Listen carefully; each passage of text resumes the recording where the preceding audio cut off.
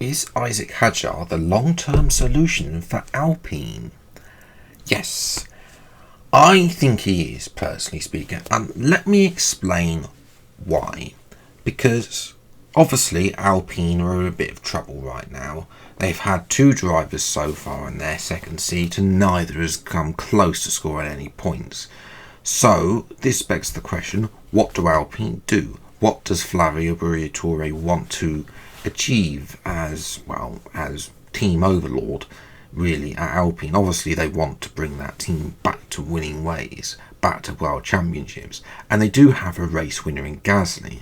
The problem is they're not able to challenge for those midfield positions because they don't necessarily have two drivers that are able to compete for points at the moment. But with Colapinto, we all thought that he'd be coming in and he'd pick off where he did last season. Maybe a few crashes here or there, but other than that, it would be him floating in there or thereabouts the points. So far on the Alpine, he hasn't been anywhere near the points. Now you can argue that the Alpine isn't the best car on the grid. It's definitely not the best car on the grid. Is it the worst though? I mean, Gasly has he scored a point in Belgium, whereas Colapinto wasn't really anywhere to be seen. Always at the back. Now, there is a question about what the atmospheres are like out of Williams, because we've had two drivers now, Nick De Vries and Franco Colapinto, that have had good results in Williams. As soon as they step outside the Williams team and the car, their results then go downhill. So yes, there's something not quite right. Don't get me wrong, the Williams team seems to be a perfect place for a young driver to be, by the sounds of it, definitely for development. But yes, obviously Gasly's he's been there for a few years now. Colapinto's only had a handful of races in the car, and I'm sure he's going to be given the rest of the season potentially, or they'll get Doohan back in the car, although Doohan has been talking with Alpine apparently, according to Mick Doohan, Jack's father. The thing is, what do they do long term?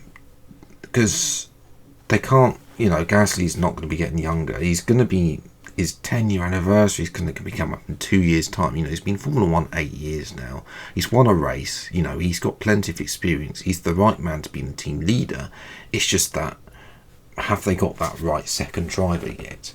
And I don't think they quite have with Colapinto. I'm sorry to say for Argentina have waited so long for an F1 driver, and indeed their Grand Prix was on the calendar for so many years. This has now gone a little bit back downhill for them, unfortunately. So how would Isack Hadjar end up at Alpine though? Because obviously Alpine is not exactly the most appealing place to go. Obviously, Alpine are technically a French team, although from 2026 there's not really going to be anything made in France. It's just France in name only.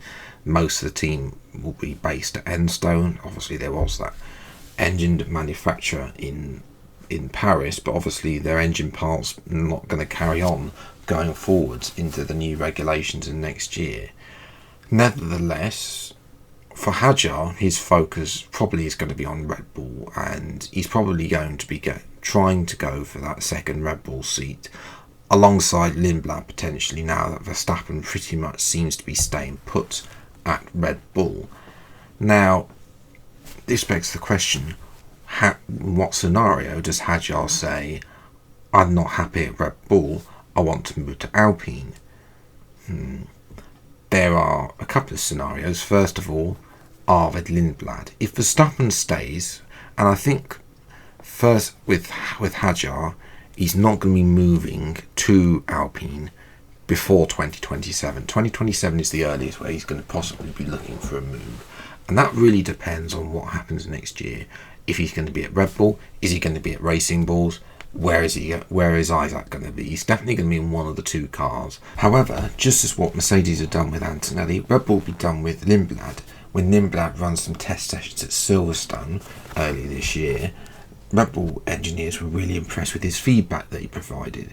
He's 17, he'll be doing some more test sessions too, for some more practice sessions too for Red Bull over the rest of the season. So for them, you know, it's where do they feel like they want to place Lindblad? Do they want to put him in the deep end and see where Antonelli is? Bearing in mind Antonelli has had his struggles and also has had its successes too. Or do they feel that maybe a move to Racing Bulls would be the better for him? In which case, do you then promote Hadjar to Red Bull? And that's where it sort of then picks on, does Verstappen leave for 27? Who knows? There's a lot of factors coming in here. There's somebody, you know, you could see the split between either Piastri or Norris. One of those two goes to Red Bull. Should Verstappen leave, there is that opportunity there. But obviously, if Hadjar doesn't perform at Red Bull and all the car just doesn't suit him, you know, he ends up like Tsunoda, and obviously Tsunoda now, his career is at risk of coming to an end. So yes, Hadjar may feel the time is right then to say Alpine is the fallback for him, for sure. The question is, if Alpine say, right, Hadjar's our long-term target, we want to put him behind along with Gasly, you know, that's our ideal lineup at this moment in time, what do we do until then? Do we keep Colapinto, you know, bearing in mind that he hasn't scored any points so far, or do they go for a more experienced driver, an older driver who's got that experience that can help develop the car and the team, and obviously who's at the end of his career, and try and move the team forwards so they're getting more of that prize money going into the new regulations? And this is where you start looking at Bottas and Perez, both of which have been linked with Alpine as well. Perez has sort of moved away from Alpine really because of having talks with Cadillac. I think Perez and Cadillac will probably make sense in terms of sponsorship as well. For Bottas though, he'd be a good. I think he could be a good fit at Alpine. You know, solid, experienced driver, which is what they need. And that's obviously not taken away from their driver academy. You know, they've got the likes of Victor Martins, etc., etc., all of which probably need more time. You know, I don't realistically see one of them coming through just yet. Obviously, there is an opportunity that they take Alex Dunn on loan. McLaren will probably be looking to put him somewhere on the grid, potentially, depending if he does or does not win Formula 2. He's currently P2, 3 or something like that as well. So yes, these are factors that bear in mind on what happens with Alpine, but the short term is not clear for Alpine. Who's going to be in that second seat alongside Gasly? Let me know in the comments below. Also let me know, do you think Hadjar is the long-term solution for Alpine? You know, I mean, they if they want to market themselves as a French team again, then, you know, obviously they tried it with Gasly and Ocon, and obviously those two didn't get on, obviously, and Ocon ended up leaving the team. But that doesn't mean they can't give that another go with Gasly and Hadjar. You know, both French drivers, they've obviously both PSG supporters thing as well. So, you know, there is that chance for them to do, you know, if they wanted to get French sponsors, French investment on board as well, and obviously try and grow that team in the French market, then that would be the ideal solution for Alpine. But yes, that's where I'm going to leave today's video. Let me know what you think in the comments below. Who do you think will be driving for Alpine in the future?